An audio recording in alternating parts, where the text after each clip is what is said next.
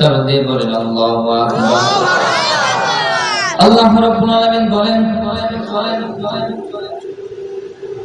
আল্লাহ রাসূল সাল্লাল্লাহু আলাইহি ওয়াসাল্লাম নামাজের মধ্যে বলে দিলেন, ও ওমর, তুমি যেটা ভাবছো এটা কোনো কবির বানানো কিতাব নয়, তোমরা অল্প সংখ্যক লোক, তোমরা এর পরিমাণ।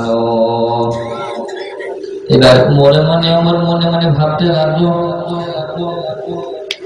আমি যে মোহাম্মদকে বললাম যে মোহাম্মদ সাল্লাল্লাহু আলাইহি সাল্লাম একজন কবি হয়ে গিয়েছেন, এই কথাটা উনি কিভাবে বুঝতে পারলেন? উনি যদি গণক না হবে তাহলে উনি এই কথাটা কিভাবে বুঝতে পারলেন? সঙ্গে সঙ্গে আল্লাহ রাসূল সাল্লাল্লাহু আলাইহি ওয়াসাল্লাম ওমরের মনের প্রশ্নের জবাব দিয়ে দিলেন, ওয়ালা বিকাউলি কাহিনিন কলিলান মা তাযাক্কারুন। চিৎকার দিয়ে বলেন আল্লাহু আকবার। ওমর, এটা কোন গণকের বানানো কিতাব নয়, তোমরা অল্প সংখ্যক লোক, তোমরা এর পরিমাণ আনো। এবার ওমর আশ্চর্য হয়ে যাচ্ছে, ওমরের ব্রেনটার কাজ করছে না যে আমি প্রকাশ্যে কিছু বলছি না, তারপরেও আল্লাহ রাসূল সাল্লাল্লাহু আলাইহি ওয়াসাল্লাম আমার সমস্ত প্রশ্নের জবাব দিয়ে দিলেন। আমি মনে মনে বললাম নবীজি কবি হয়ে গিয়েছেন, নবীজি সেটা বুঝে ফেললেন। আমি প্রকাশ্যে বললাম না, আমি মনে মনে বললাম নবীজি গণক হয়ে গিয়েছেন, সেটাও তিনি বুঝতে পেলেন। তাহলে যদি তাই না হয়, তাহলে উনি যে কিতাব তেলাওয়াত করতেছেন, এই কিতাব উনি কোথায় পেলেন? সঙ্গে সঙ্গে আল্লাহ রাসূল সাল্লাল্লাহু আলাইহি ওয়াসাল্লাম নামাজের ভিতরে ওমরের মনের প্রশ্নের জবাব দিয়ে দিলেন, তানজিলুম মির রাব্বিল আলামিন। চিৎকার দিয়ে বলেন আল্লাহু আকবার। আল্লাহ রাসূল সাল্লাল্লাহু আলাইহি ওয়াসাল্লাম ওমরের এই প্রশ্নের জবাব দিয়ে দিলেন, ওমর, এই কিতাব আমি পেয়েছি আল্লাহ রাব্বুল আলামিন এই কিতাব আমার মাঝে নাযিল করেছেন গোটা বিশ্বের মানুষদেরকে ভালো দিশা দেওয়ার জন্য, ভালো কাজের জন্য, অন্ধকার থেকে ফেরানোর জন্য, আলোর দিকে আনার জন্য আল্লাহ রাব্বুল আলামিন আমাকে এই কিতাব পাঠিয়েছেন। বলেন সুবহানাল্লাহ।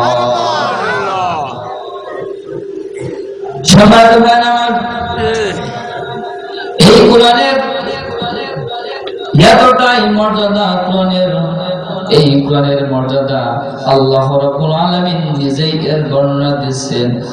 আল্লাহ রাব্বুল আলামিন বলেন, লাউ আনজালনা হাযাল কুরআন আলা জাবালিন লারাআইতাহু খাশিআন মুতাসাদ্দিআন মিন খাশিয়াতিল্লাহ।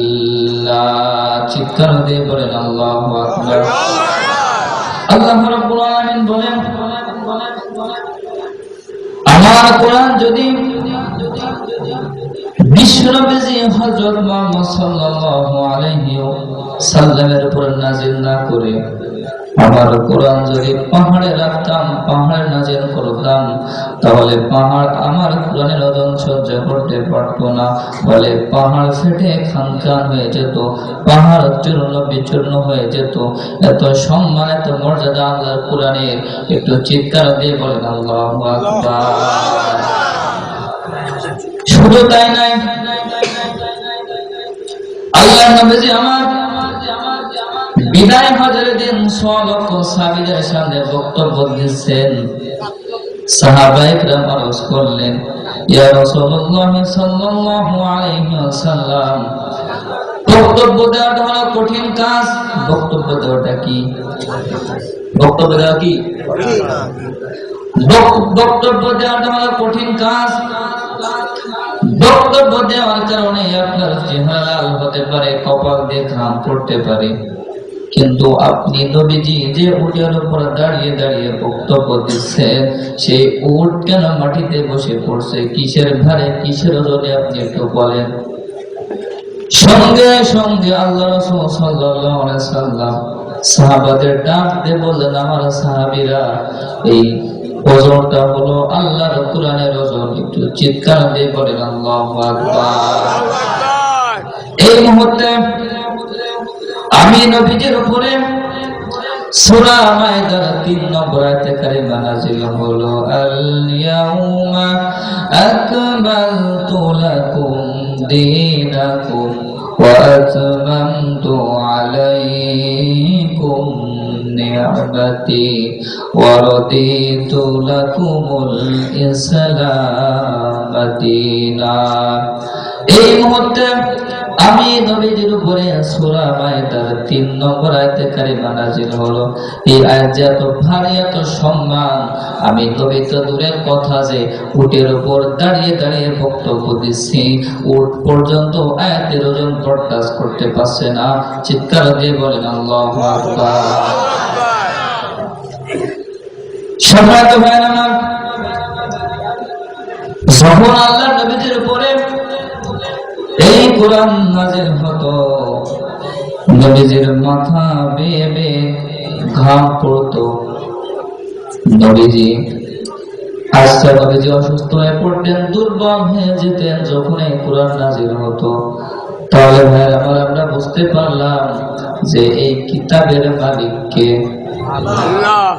তো আওয়াজ দিয়ে বলেন, কিতাবের মালিক কে? আল্লাহ। সম্মানিত ভাইরা আমার, আজকে আমাদের অধিকাংশ বাংলাদেশে এই যে এত সুন্দর শিক্ষাটা, আজকে আমাদের কোরআন পড়তে ভালো লাগে না, হাদিস পড়তে ভালো লাগে না, ইসলামী সাহিত্য পড়তে আমাদের ভালো লাগে না। আজকে আমার ছেলে মেয়েদের শিক্ষা দিই, ওই দেখা যায় তাল গাছ, ওই আমাদের গা, ওইখানেতে বাস করে কানা বগের সা। এই শিক্ষা দিই কি দিই নেই? শিক্ষা দিই কি দিই নেই? যদি আমি আপনি